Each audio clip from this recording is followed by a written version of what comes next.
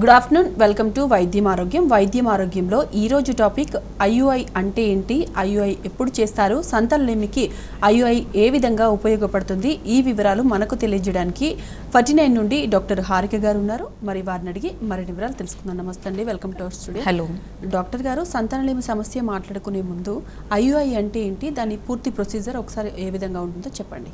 So IUI అంటే ఏంటి అంటే ఇంట్రాయూట్రైన్ ఇన్సెమినేషన్ అంటారు.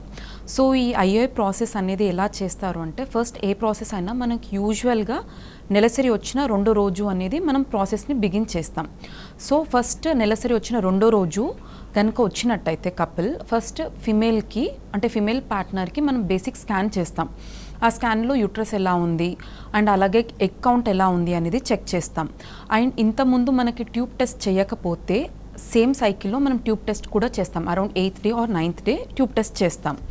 సో సెకండ్ డే నుంచి మనం ఎగ్ కౌంట్ చూసుకొని ఎగ్ సైజ్ ఎలా ఉందో చూసుకొని ట్రీట్మెంట్ అనేది స్టార్ట్ చేస్తాం. సో ఎగ్ డెవలప్మెంట్కి సంబంధించిన మెడిసిన్స్ లైక్ టాబ్లెట్స్ కానివ్వండి, ఇంజెక్షన్స్ కానివ్వండి పెడతాం. అండ్ అలాగే వాళ్ళని మళ్ళీ around 9th day or 10th day స్కానింగ్కి పిలుస్తాం. దీన్ని ఫాలిక్యులర్ స్టడీ అంటారు.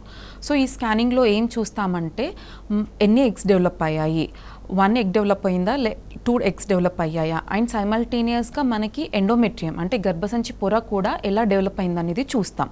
సపోజ్ మనకి పొర కరెక్ట్ సైజ్ అంటే అరౌండ్ 18 mm ఆర్ 20 mm అలా రీచ్ అయింది అనుకోండి, and at the same time lining కూడా ప్రాపర్గా ఉంది అన్నప్పుడు మనం ట్రిగర్ ఇంజెక్షన్ అంటే ఎగ్ రిలీజ్ అవ్వడానికి ఇంజెక్షన్ అనేది పెడతాం. అండ్ 36 hours తర్వాత మళ్ళీ కపుల్ని పిలుస్తాం. దీంట్లో మనం ఏం చేస్తామంటే ఎగ్ రిలీజ్ అయిందా లేదా అనేది స్కానింగ్ చేస్తాం. దీన్ని చెక్ స్కాన్ అంటారు. సపోజ్ ఎగ్ రిలీజ్ అయింది అని కన్ఫర్మ్ చేసుకున్నాక హస్బెండ్ సెమెన్ అనాలిసిస్ ఇస్తారు. సో సెమెన్ అనాలిసిస్ ఇచ్చిన తర్వాత ప్రాసెసింగ్ అనేది స్టార్ట్ చేస్తాం. ఈ ప్రాసెసింగ్ యొక్క ఇంపార్టెన్స్ ఏంటి అంటే, మనకి ఇచ్చిన దాంట్లో అంటే సెమెన్ వాల్యూమ్లో కౌంట్ అనేది ఇంక్రీజ్ చేస్తాం.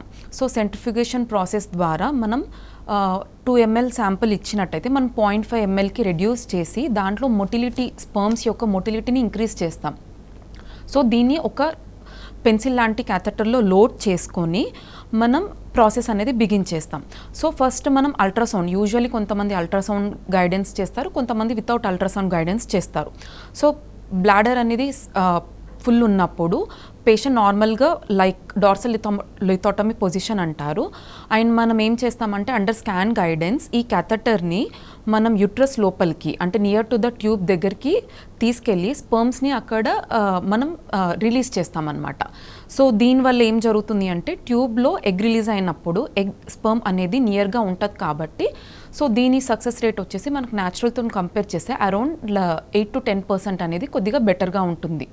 సో ఇది నార్మల్గా ఐయుఐ ప్రాసెస్. రైట్ అండి, ఫస్ట్ కాల్ తీసుకుందాం. బోధన్ నుండి బాలాజీ గారు, నమస్తే అండి.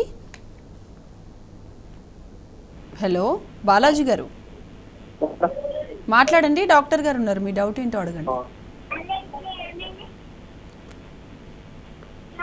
హలో చెప్పండి బాలాజీ గారు, టీవీ వాల్యూమ్ తగ్గించి మాట్లాడండి, లేదంటే కాల్ కట్ అవుతుంది. హలో మేడం, చెప్పండి, వినిపిస్తుంది. పాప 7 సంవత్సరాల పాప ఉంది, ఇంకా పిల్లలు లేదు. 20 సంవత్సరాల పాప ఉంది మీకు? 7 సంవత్సరాలు. 7 సంవత్సరాల పాప ఉంది, ఓకే. దాని తర్వాత మళ్ళీ ప్రెగ్నెన్సీ రాలేదు అంటున్నారా? Okay okay. ఇదివరకు ఎక్కడన్నా హాస్పిటల్లో చూయించుకున్నారా? ఏదైనా ప్రాబ్లం అని ఏమన్నా చెప్పారా? నిజామాబాద్లో.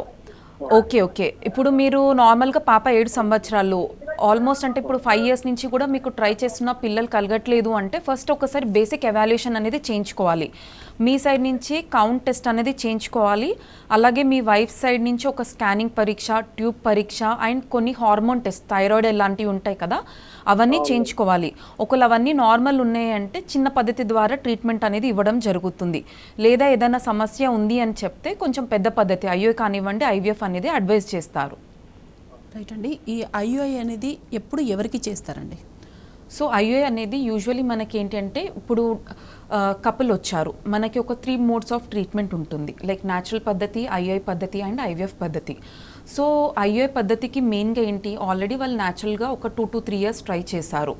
అండ్ ఎగ్ డెవలప్మెంట్కి సంబంధించిన ట్రీట్మెంట్ కూడా మనం ఆల్మోస్ట్ ఒక 6 months ఇచ్చాం. అయినా కూడా మనకి ప్రెగ్నెన్సీ కలగట్లేదు అంటే నెక్స్ట్ బెస్ట్ ప్రొసీజర్ అనేది ఐయుఐ పద్ధతి అనేది అడ్వైస్ చేస్తాం.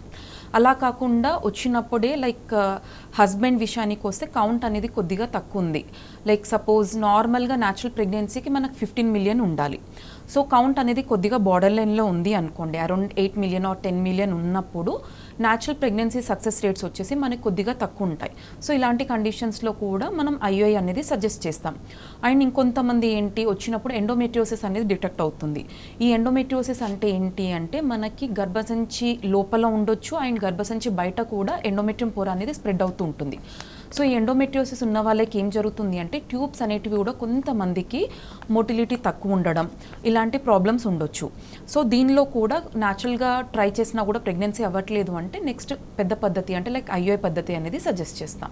రైట్ అండి, నెక్స్ట్ కాల్ తీసుకుందాం. హైదరాబాద్ నుండి సాయి గారు, నమస్తే అండి. నమస్తే మేడం. డాక్టర్ గారు ఉన్నారు, మాట్లాడండి, మీ డౌట్ ఏంటో అడగండి. మేడం చెప్పండి. నమస్తే మేడం. నమస్తే, చెప్పండి. మేడం ఎంత ఉందో మేము ఐవీఎఫ్ ట్రీట్మెంట్ తీసుకున్నాం మేడం. ఐవీఎఫ్ ట్రీట్మెంట్ అంటున్నారా? అవును. మీ వాయిస్ వినిపించట్లేదు, కొద్దిగా గట్టిగా మాట్లాడండి. అవును మేడం. ఐవీఎఫ్ ట్రీట్మెంట్ తీసుకున్నారు. అయితే నెగిటివ్ వచ్చింది మేడం ఫస్ట్ టైం. ఓకే, ఇంకా ఎంబ్రియోస్ రిమైనింగ్ ఉన్నాయా అండి మీకు? 2 MDs ఉన్నాయి, ఇంకా ఓకే, పోలేదు మేడం. ఇంకా మళ్ళీ ట్రీట్మెంట్కి వెళ్ళలేదు? వెళ్ళలేదు, 2-3 months వెళ్ళలేదు మేడం, సమ్మర్ వల్ల. Okay okay.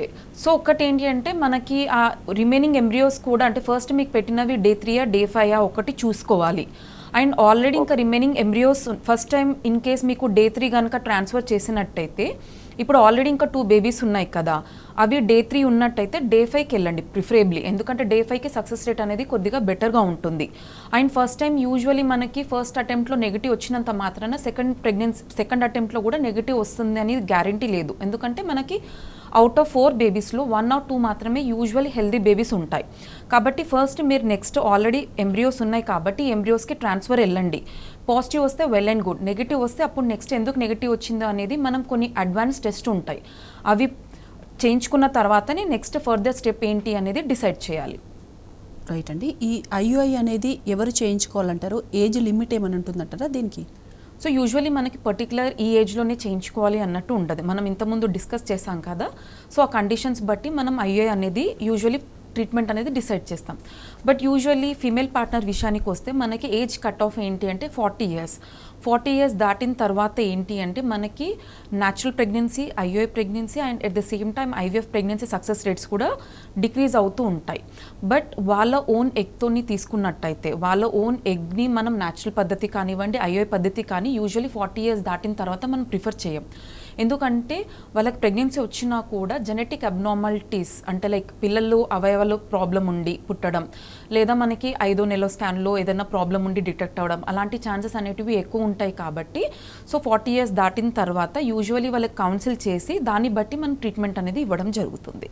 రైట్ అండి, డాక్టర్ గారు ఐయుఐలో వచ్చిన కొత్త మార్పులు ఏంటంటారు సరికొత్తగా? సో ఇప్పుడు రీసెంట్గా ఐయుఐ పద్ధతిలో అంటే మనం నార్మల్గా స్పర్మ్ సెలెక్షన్ అంటారు. సో ఐయుఐలో కూడా యూజువలీ మనం అరౌండ్ 10 million or 12 million ఉంది అనుకోండి, ఐయుఐ అనేది ప్రిఫర్ చేస్తాం. బట్ దాంట్లో కూడా కట్ ఆఫ్ అంటే లైక్ కౌంట్ కట్ ఆఫ్ అనేది ఉంటుంది. సో కదిలే కణాల సంఖ్య యూజువల్గా మనకి 32% ఉండాలి. ఇన్ కేస్ మనకి 15% ఉన్నా కూడా న్యాచురల్ ప్రెగ్నెన్సీకి ట్రై చేసుకోవచ్చు. అరౌండ్ 10 to 12% ఉంది అనుకోండి, యూజువలీ ఐయుఐ అనేది సజెస్ట్ చేస్తాం. బట్ దానికంటే తక్కువ ఉంది, 10% కంటే తక్కువ ఉంది అంటే యూజువలీ ఐవీఎఫ్ అనేది సజెస్ట్ చేస్తాం. బట్ కొంతమంది ఏంటంటే బికాజ్ ఆఫ్ ఫినాన్షియల్ ఇష్యూస్ అలా వల్ల మనం యూజువలీ ఐయుఐ 1 cycle ట్రై చేయాలి అన్నప్పుడు ఇందులో కూడా మనకు సక్సెస్ రేట్ ఇంక్రీజ్ అవ్వడానికి మనం ఏం చేస్తామంటే మైక్రోఫ్లూయిడిక్స్ అనేది టెక్నిక్ అడ్వైస్ చేస్తాం.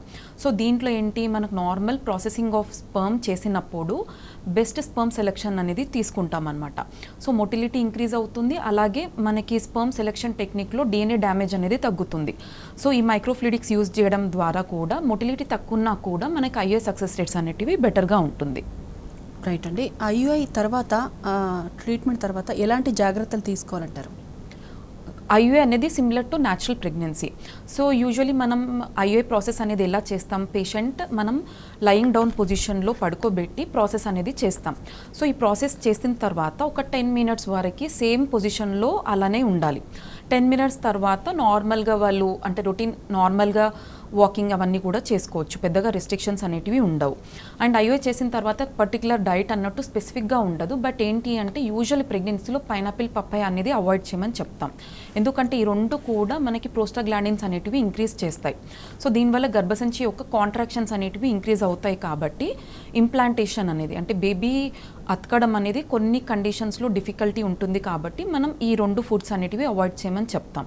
And at the same time వాళ్ళు రొటీన్గా ఏదైతే వర్క్ చేసుకుంటున్నారో, లైక్ జాబ్కి వెళ్ళే వాళ్ళైతే జాబ్ చేసుకోవచ్చు, అండ్ రొటీన్ వర్క్ అన్నీ కూడా నార్మల్గా చేసుకోవచ్చు. అండ్ ఇంకొకటి ఏంటంటే వాళ్ళు లైక్ మెయిన్గా స్ట్రెస్ అనేది తగ్గించుకోవాలి, హెల్దీ ఫుడ్ అనేది తీసుకోవాలి, అండ్ డైలీ ఎక్సర్సైజ్ అనేటివి మ్యాండేటరీ. ఎందుకంటే ఎక్సర్సైజ్ చేయడం వల్ల ఏమవుతుంది అంటే బ్లడ్ సర్క్యులేషన్ అనేది ఇంక్రీజ్ అవుతుంది. సో ఇంప్లాంటేషన్కి కూడా బెనిఫిట్ ఉంటుంది. కాబట్టి రొటీన్గా మనకి stress free meditation and walking ఇలాంటివి ఎక్సర్సైజ్ అనేటివి సజెస్ట్ చేస్తాం. రైట్ అండి. అండ్ ఐఓఐ తర్వాత కూడా లైక్ కొంతమందికి డౌట్ ఉంటుంది, ఐఓఐ చేసిన తర్వాత ఇంటర్కోర్స్ అనేది చేసుకోవచ్చా లేదా అనేది.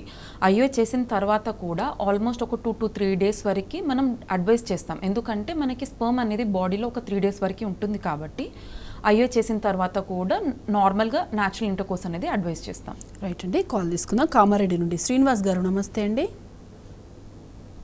హలో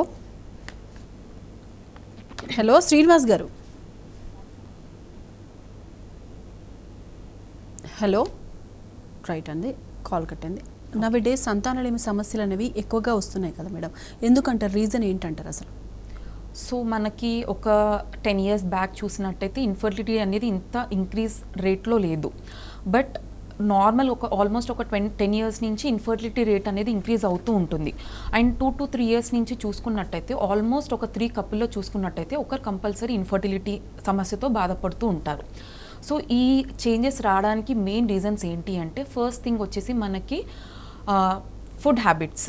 సో ఇదివరకు హెల్దీ డైట్ ఇవన్నీ మెయింటైన్ చేసేవాళ్ళు. బట్ ఇప్పుడున్న సిచ్యువేషన్లో చాలామంది బయట ఫుడ్ తీసుకోవడం అండ్ అన్హెల్దీ డైట్ ఫాలో అవ్వడం వల్ల కూడా మెయిన్గా ఫస్ట్ ఇంపాక్ట్ అనేది డైట్ ఒకటి.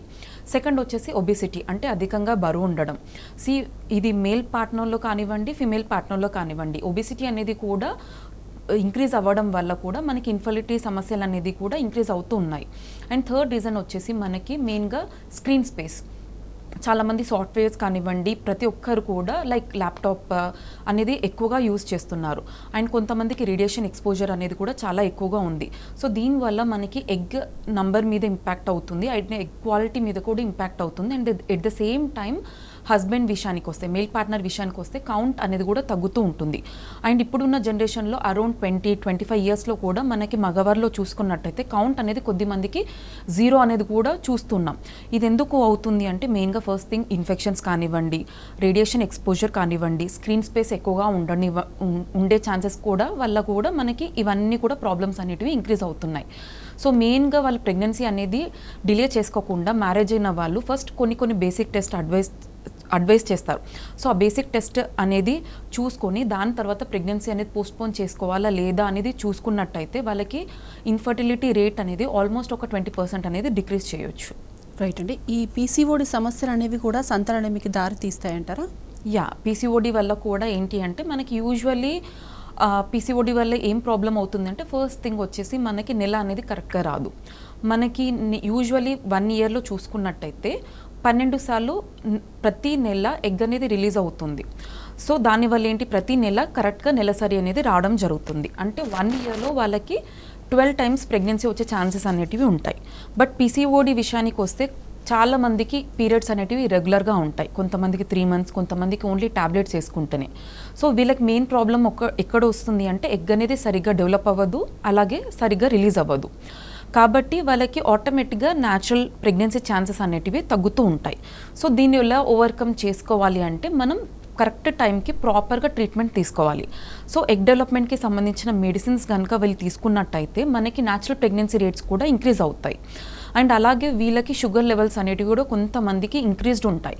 సో ఫస్ట్ వీళ్ళు ప్రెగ్నెన్సీ ప్లానింగ్ చేసుకునే ముందు వాళ్ళ వెయిట్ ఎలా ఉంది, వాళ్ళ షుగర్ లెవెల్స్ ఎలా ఉన్నాయో చెక్ చేసుకొని వాళ్ళ థైరాయిడ్ లెవెల్ కంట్రోల్కి వచ్చాక, షుగర్ లెవెల్స్ కంట్రోల్కి వచ్చాక, వాళ్ళు వెయిట్ అనేది ప్రాపర్ వెయిట్కి వచ్చాక ప్రెగ్నెన్సీ అనేది ప్లానింగ్ చేసుకున్నట్టయితే మనకి న్యాచురల్ ప్రెగ్నెన్సీ రేట్స్ అనేటివి ఇంక్రీజ్డ్గా ఉంటాయి. రైట్ అండి. కొన్ని రకాల ఇన్ఫెక్షన్స్ వల్ల కూడా సంతానలేమి సమస్యలు వస్తూ ఉంటాయంటారు, అంతవరకు నిజమంటారు? So first male partner female partner సపరేట్గా చూసుకుందాం. మేల్ పార్ట్నర్కి చూసుకున్నట్టయితే కొంతమందికి చిన్నప్పుడు మమ్స్ అనే ఇన్ఫెక్షన్ వస్తుంటుంది, ఆర్ టీబీ ఇన్ఫెక్షన్ అలాంటివి డిఫరెంట్గా వస్తాయి.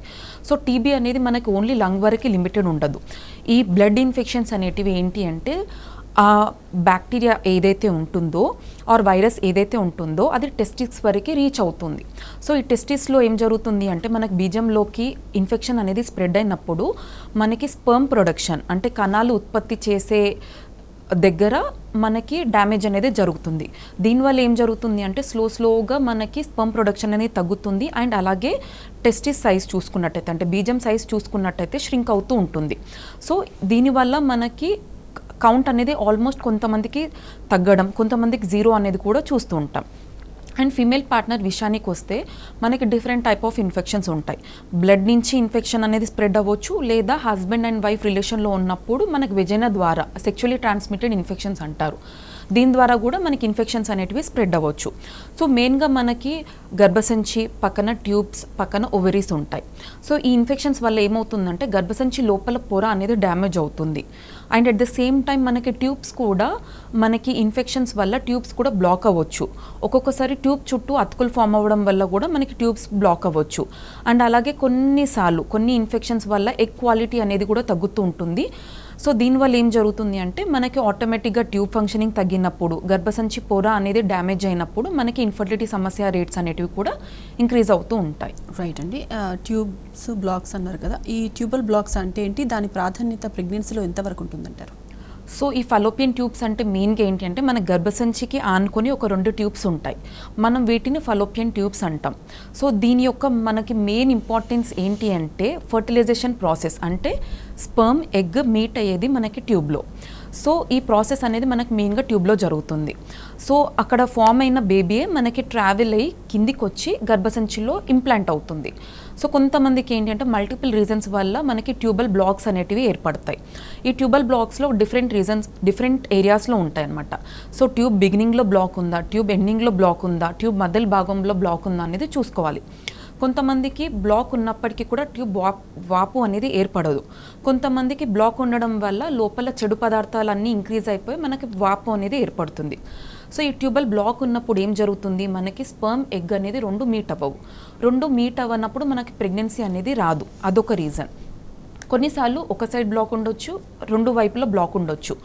ఒకటే వైపు బ్లాక్ ఉన్నప్పటికీ కూడా మనకి న్యాచురల్ ప్రెగ్నెన్సీ రేట్స్ అనేటివి ఉంటాయి. ఎందుకంటే ఆపోజిట్ సైడ్ ట్యూబ్ ఓపెన్ ఉండి ఆపోజిట్ ట్యూబ్ ఫంక్షనింగ్ ఉంది అంటే మనకి న్యాచురల్ ప్రెగ్నెన్సీ కానివ్వండి ఐవీఎఫ్ ప్రెగ్నెన్సీ అనేది వచ్చే అవకాశాలు ఉంటాయి. కొన్నిసార్లు కొంతమందికి 2 వైపుల ట్యూబ్స్ బ్లాక్ ఉంటాయి. సో ఈ బ్లాక్ ఉన్నప్పుడు ఏం జరుగుతుంది అంటే యూజువల్లీ మనం ఐవీఎఫ్ అనేది ప్రిఫర్ చేస్తాం. సో ఈ ట్యూబ్స్ మనం సర్జరీ చేసి క్లియర్ చేసుకోవచ్చా లేదా అనేది కొంతమంది కపుల్ అడుగుతూ ఉంటారు ఫ్రీక్వెంట్గా.